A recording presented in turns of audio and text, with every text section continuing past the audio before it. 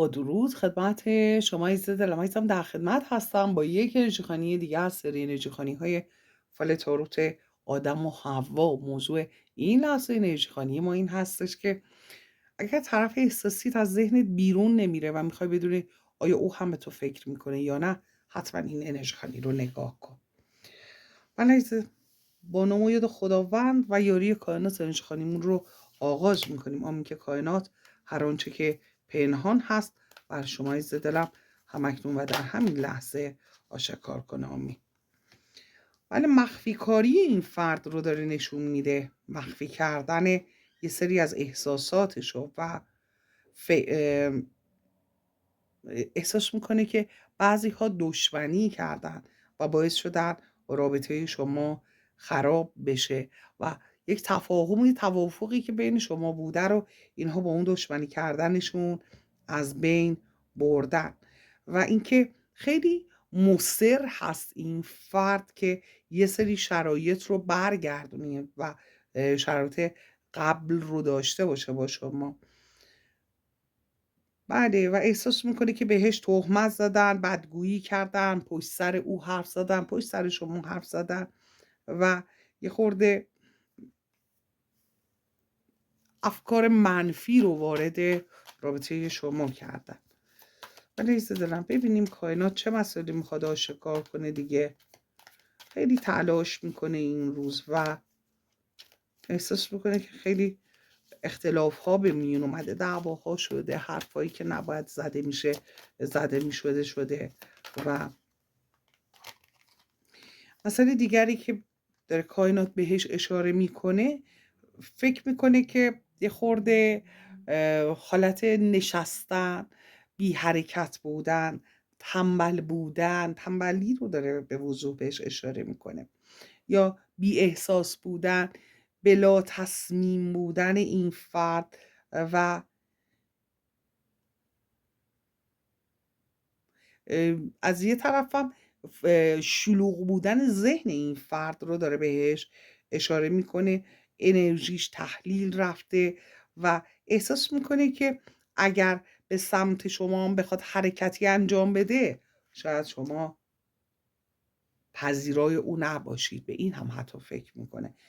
بنابراین نشون دهنده این هست که خیلی چیزها رو این فرد احساس میکنه که خراب کرده، که مسائلی که میتونه روی آینده رابطه تاثیر منفی بذاره و یه چیزهایی رو فکر میکنه از دست داده، اون شرایط قبلی رو از دست داده، اون رابطه قبلی رو از دست داده و ترس رو در اینجا نشون میده. حتی ببینید دارم شب با این فرد خوب نمیخوابه و فکر میکنه که طرد شده، یا حالا اگر خودش هم حتی شما رو ترک کرده باشه، احساس میکنه که یه کاری کرده که به این راحتی ها شما نمیتونی او رو ببخشی. ذهنش خیلی درگیر شده. شاید این فرد حتی خودش خود فاصله گرفته با شما، ولی خب نمیدونسته که تا این حد درگیر شما هست.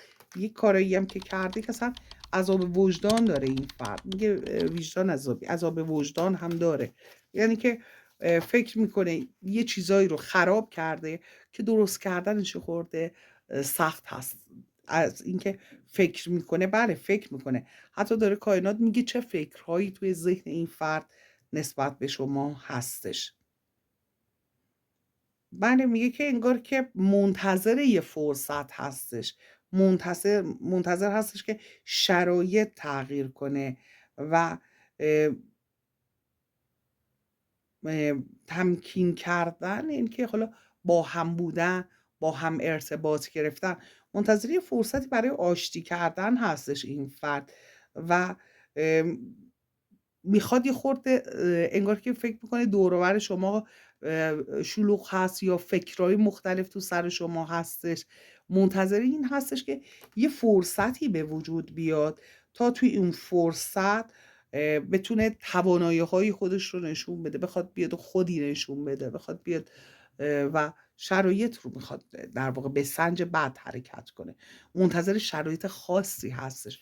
حالا ممکنه دور و بر خودش اصلا شلوغ باشه و یا اینکه انقدر فکرهای مختلف تو سرش هست فرصت نکنه برای اینکه اون مسئله‌ای که میخواد، اون شکلی که میخواد وارد قضیه بشه با شما، اون صحبت‌هایی که میخواد بکنه، فکر می‌کنه انقدر ذهنش درگیر هستش که الان اون شرایط رو نداره که بخواد اون حرفا رو بزنه. یا اینکه حالا الان بگیم که تو مرحله خشم هست و یه خورده باید به خودش بیاد تا توی مرحله نیاز قرار بگیره که ابراز نیاز کنه این فرد. بله، فکر میکنه که یه حرفایی به شما زده تو صحبتاش که شما رو حالا یه تهمت زدن، افترا زدن و یا دیگران این کار کردن، تهمت و افترایی زدن و خیلی شما رو ناراحت کرد، دل شما رو شکسته. بیشتر به اون بی حقی که حالا میگه هاکسیزلی، که به بی حقی یعنی که بی عدالتی یا یه چیزی، یه تهمت ناروا، یه حرفای ناروایی رو داره میگه که اه، باعث کوچک کردن شما شده با اون حرفا، یا دیگران این حرفا رو زدن در شرایط قرار دادن که این رابطه رو که رابطه از اون اوج خودش خارج شده. یعنی که رابطه انگار که هر کی که بتونه یه حرفی بتونه بزنه به اون شرایط رابطه رو وارد کرده و خودش رو توی این مسئله وجدانش در عذاب هستش، خودش رو مقصر میبینه این فرد. بله، و میگه که اگر یک مثال خیلی بدی بودن رو داره بهش اشاره میکنه. میگه که انگار که هر کی بخواد یه مثال بد بزنه یا از شکست کسی بگی، یه تجربه بخواد به دست بیاره، دیگه منو به عنوان یه تجربه ازم یاد میکنن، انقدر اشتباه من بزرگ بوده، اینطور فکر میکنه. و یه چیزهایی رو در مسائل احساسی از دست دادن، احساس میکنه شما رو از دست داده و خیلی مسئله‌ای که حائز اهمیت هست، این فرد توی زمان پشیمونی داره به سر میبره. تمام کارتا از این صحبت میکنن که این فرد از اون رفتاری که با شما داشته خیلی ناراحته. یعنی که ما میخواستیم بدونیم این فرد به شما اصلا فکر میکنه یا نه، اونقدر که شما فکر میکنی به این فرد، آیا او هم به شما فکر میکنه یا نه. ولی کائنات یک تلپاتی ذهنی با این فرد برقرار کرده و جواب یه سوال هایی که حتی شما توی ذهنتون بوده، در عمق ذهنتون، و شاید مثلا الان این سوالی که من پرسیدم از کائنات، یه سوالی پرسیدم به نیت شما پرسیدم، ولی کائنات درست داره جواب، مثل این که نیت قلبی شما رو میده. اون سوال هایی که تو ذهن شما هستش رو داره کائنات جواب میده. و خیلی خوشحال هستم به خاطر اینکه انقدر فرکانستون به فرکانس کائنات، یعنی با کائنات در یک فرکانس قرار گرفتید و قدر دقیق داره جواب شما رو میده. چون اصلا موضوعی که بنده مطرح کردم ابتدای انرژی خوانی یه موضوع دیگری بود، خیلی سطحی بود و خیلی عمیق کائنات داره بهش میپردازه. حتی چیزایی که تو دل این فرد داره میگذره، پشیمونی های این فرد و چیزایی که احساس میکنه از دست داده و چیزهایی که احساس میکنه خراب کرده، و اگر دل شکستگی که به وجود آورده، اگر نمیتونیم بگیم، چون داره تاکید میکنه به شرایطی که این فرد اعتراف داره میکنه، یک اعتراف ذهنی داره این فرد برای ما میگیره کائنات، که داره اعتراف میکنه که چه اشتباهایی کرده، چه کوتاهی هایی کرده، چه دل شکستگی هایی برای شما به وجود آورده، که کائنات داره دقیقا دونه به دونه اینها رو باز میکنه. حتی سعی میکنم که نوشته هاش رو هم براتون بخونم که یه موقعی مثلا حالا اون چیزی که به کائنات میخواد به شما بگه رو بهتون برسونم. عزیز دلم، عدالت رو داره بهش اشاره میکنه. میگه که یک تعادل برقرار کردن میخواد این فرد به وجود بیاد، میخواد یک تعادلی برقرار کنه و و عدالت الهی احساس میکنه که گریبانش رو گرفته. ببینید عزیز دلم چقدر ناراحته، یه چیزهایی، یه مخفی کاری هایی، یه از دست دادن هایی، بی تفاوت رفتار کردن هایی که باهاش شده، احساس میکنه که خیلی ضرر کرده. حتی اینجا که قدرت داره، اینجا رو هم برعکس داره نشون میده، اینجا هم داره برعکس نشون میده و همه چیزش به هم خورده و احساس میکنه عدالت الهی برقرار شده که این بلاها سرش اومده و دچار کارما شدنش رو، یعنی که به این نتیجه رسیده که اذیت هایی که داره میشه، عذابی که داره میکشه و عذاب وجدانی که اگر داره، مسائلی که داره، همه به خاطر این هستش که نسبت به شما بی‌عدالتی کرده. بله، و اینکه کائنات خیلی راحت، عدالت الهی کائنات جواب این فرد رو داده، به یه جایی این فرد رو رسونده که این فرد به اون نتیجه برسه که کارش اشتباه بوده، به اون اشتباهی که کرده برسه. بعد میگه بلا تصمیم مونده و نمیتونه در شرایط قرار گرفته، اصلا هیچ تصمیم نمیتونه برای خودش بگیره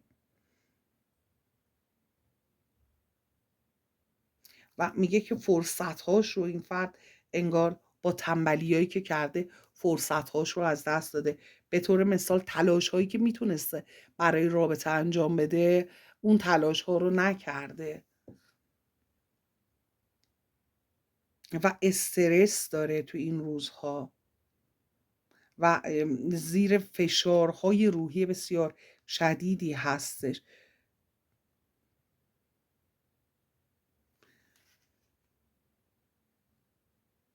بله، و میگه که تو شرایط خیلی سخت و دردناکی قرار گرفته این فرد. کائنات داره میگه که خیلی این فرد پشیمون هست به خاطر شرایطی که به وجود اومده و خودش رو در خصوص این به وجود اومدن این شرایط، خیلی خودش رو این فرد داره سرزنش میکنه این روزها.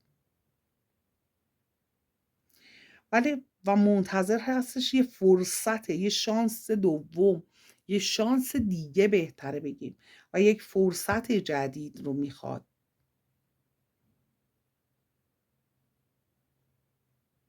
بله، و یک قدمی میخواد برداره که باعث اتفاقهای خوب بشه. منتظر نشسته که یه خبر خوب به دست بیاره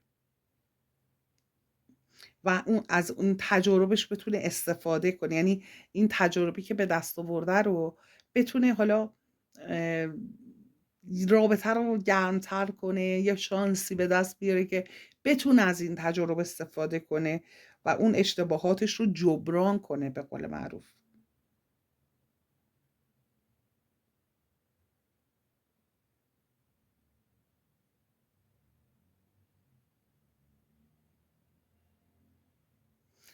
بله، و اینکه حالا هیجان‌هایی که در ذهنش هستش، چیزایی که دوست داره عملی کنه و با اون روش از شما عذرخواهی کنه، به اون مسائل داره فکر میکنه کاملا این فرد.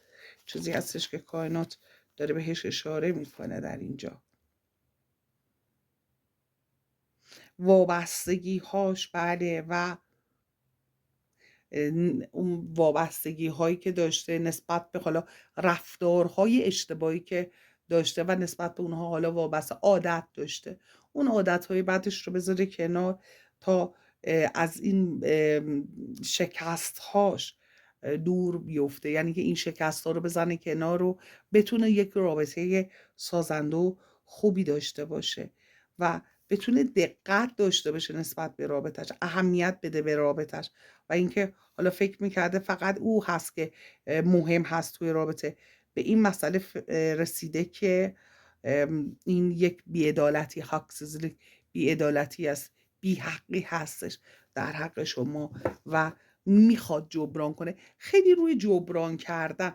حالا چی شده به این نتیجه رسیده؟ میگه که اتفاقهایی براش افتاده، خیلی گیر و گرفتار شده و پیش خودش زمان این رو پیدا کرده که فکر کنه به این مسائل. حالا اگر شما توی رفتارتون یه تغییراتی، تحولاتی به وجود آوردید، اون هم میتونه باعث این بشه که این فرد زمان داشته باشه برای فکر کردن، یا اینکه حالا اگر رابطه خارج شده شما دنبالش ندویدی حالا گریه کنی، خواهش کنی، تمنا کنی و این فرد فرصت این رو داشته که احساس کنه که عاشق هستش.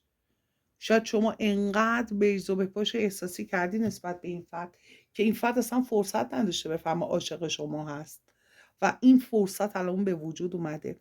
نبود شما رو حس کرده این فرد، چیزی که کائنات داره بهش اشاره میکنه.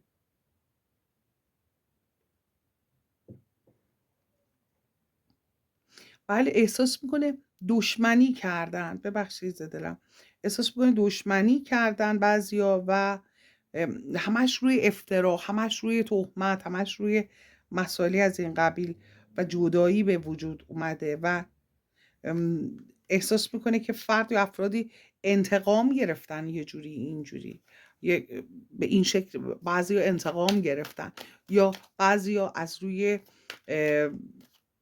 ذات بعدشون بین شما رو خراب کردن و همش هم وجود افراد دیگر رو حس میکنه، همش انگار که فکر میکنه که فرد یا افرادی باعث شدن که این فاصله ایجاد بشه.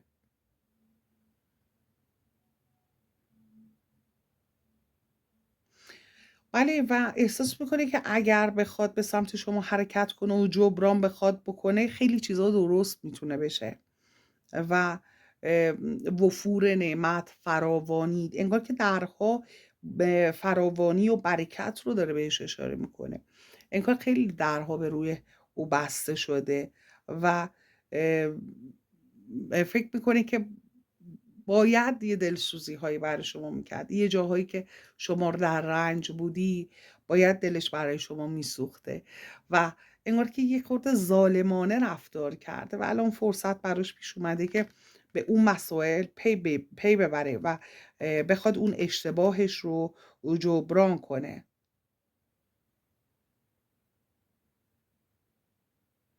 و از نظر جنسی و از نظر ذاتی شما هم به شما علاقش رو حس کرده، یعنی که فرصتی به وجود اومده که این فرد بتونه به شما فکر کنه، به نیازهای شما فکر کنه، به خوبیهای شما فکر کنه.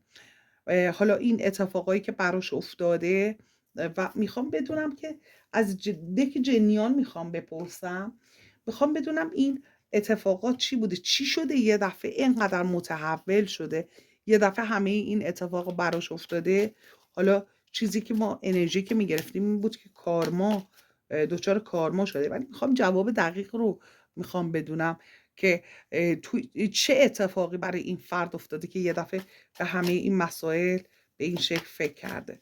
آمین که کائنات هر آنچه که پنهان هست رو هم اکنون در همین لحظه شکار کنه. آمین. همونطوری که ملاحظه می‌فرمایید پشیمونی این فرد رو تو فکر فرو رفتن این فرد رو نشون میده. شرایط مالی و احساسیش خیلی بد پیش میره، 5 سکه رو داره نشون میده و اینکه تمام موفقیت ها و پیروزی هاش، هر آنچه که داشته و تمام اون چیزی که در ذهنش بوده، ببخشید عزیز دلم، تمام اون چیزی که در ذهنش بوده و تمام چیزهایی که فکر میکرده داشته هاش، حالا اون اعتبارش، اون چیزهایی که داشته، فکر میکنه همه اینها از دست رفته و از دست رفته همه چیز رو داره میبینه و اون حالت پیروزمندانه شما، موفقیت های شما، چیزایی که شاید این موقع ها رنجش میداده این فرد رو، توانایی های شما، جاذبه های شما، همه اینها دیگه به چشمش حالا خیلی بزرگتر زمین، یعنی که پیش خودش فکر میکنه به دست آوردن همچین شرایطی یا در کنار شما بودن براش میتونه خیلی بهتر باشه و شما رو فرد توانایی میبینه، فردی هستی که میتونی یک رابطه رو خیلی خوب هندل کنی، میتونی یه رابطه خوب میتونه با شما داشته باشه و اون دلشکستگی هایی که برای شما به وجود آورده در واقع برای خودش به وجود آورده، یعنی خودش رو در فرکانس، حالا اگر با شما با خشم رفتار میکرد خودش رو در فرکانس خشم آورده، اگر بی‌توجهی کرده به شما خودش هم در فرکانس بی‌توجهی قرار گرفته، دیگران نسبت بهش بی‌توجه شدن، اگر شما رو اذیت کرده، قلبتون رو شکست خدا نکرده، خودش هم در اون فرکانس قرار گرفته، چون کسی که این کارو کرده در فرکانس حالا خشم، در فرکانس بی‌تفاوتی، در فرکانس دلشکستگی.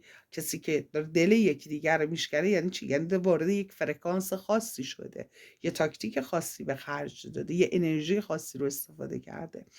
بنابراین کائنات میگه چون خودش عوض کرده فرکانس رو، در همون فرکانس هم خودش گرفتار شده، فکر میکنه باید به شما توجه کنه تا خیلی مسائل حل بشه. و در اینجا شیطان رو داره نشون میده، همش اینکه فکر میکنه فرد یا افرادی مقصر هستند رو خیلی داره بهش پافشاری میکنه. جنیان این رو میگن. عزیز دلم، میخوام بدونم که این فرد حالا در نهایت بعد از این پشیمونی که داره چه کار میخواد بکنه. ولی میگه که توی این پشیمونی های خودش گرفتار شده، زندان رو داره نشون میده. در پشیمونی های خودش گرفتار شده و خیلی مصمم داره حرکت میکنه. با یک فردی صحبت کرده، میتونه با یه روانشناس باشه، میتونه با یک مادرش باشه، با خواهرش باشه، میتونه با یک فردی باشه که صحبت کرده که این فرد خب آگاهی های زیادی داشته، راهنماییش کرده و به اشتباهات خودش پی برده. وقتی صحبت کرده به یه سری اشتباهات خودش پی برده و فهمیده که انرژی که حالا حاکم بوده، انرژی که اجازه داده یا افرادی وارد بشن یا خودش اون اشتباهات رو انجام بده، اون انرژی باعث شده از زمین و زمان براش، ببین شمشیر از زمین و زمان انگار داره میباره.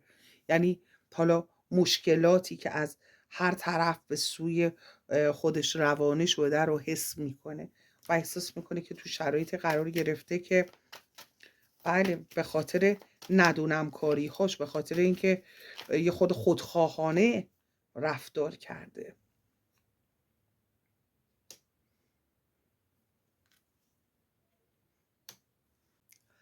و مسئله دیگری که داره بهش اشاره میکنه، همونطور که ملاحظه میفرمایید، به اینکه حالا قدرت رو به رابطه بده، قدرت پیدا کنه. دوباره داره فکر میکنه و احساس میکنه که شما قهری، احساس میکنه شاید بیفایده باشه این مسئله که بخواد با شما ارتباط بگیره، دوباره همه چیز رو از نو بسازه. از نگاه او ممکن هستش که شما دیگه پذیرای او نباشید، شما دیگه اونو نخواهید، این شرایط رو نخواهید. برای همین خیلی براش سخت هستش اینکه به شما فکر میکنه. ما خب میخواستیم بدونیم به شما فکر میکنه یا نه. این فرد بیشتر از اون که به شما فکر کنه، به اشتباهاتش در مورد شما فکر میکنه، کاری که نباید میکرده و به این فکر میکنه که یک شانس دوباره در کنار شما داشته باشه. ولی عزیز دلم، اینم از انرژی خانی این لحظه. چون تا این لحظه لایک نکردی، سابسکرایب نکردی، لطفا لایک کن، سابسکرایب کن، اشتراک گذاری کن، از چنل خودت حمایت کن. دوستت دارم عزیز دلم. در نور باشی و شب و روز بر شما عزیز دلم به خیر و خوشی باشه. آمین.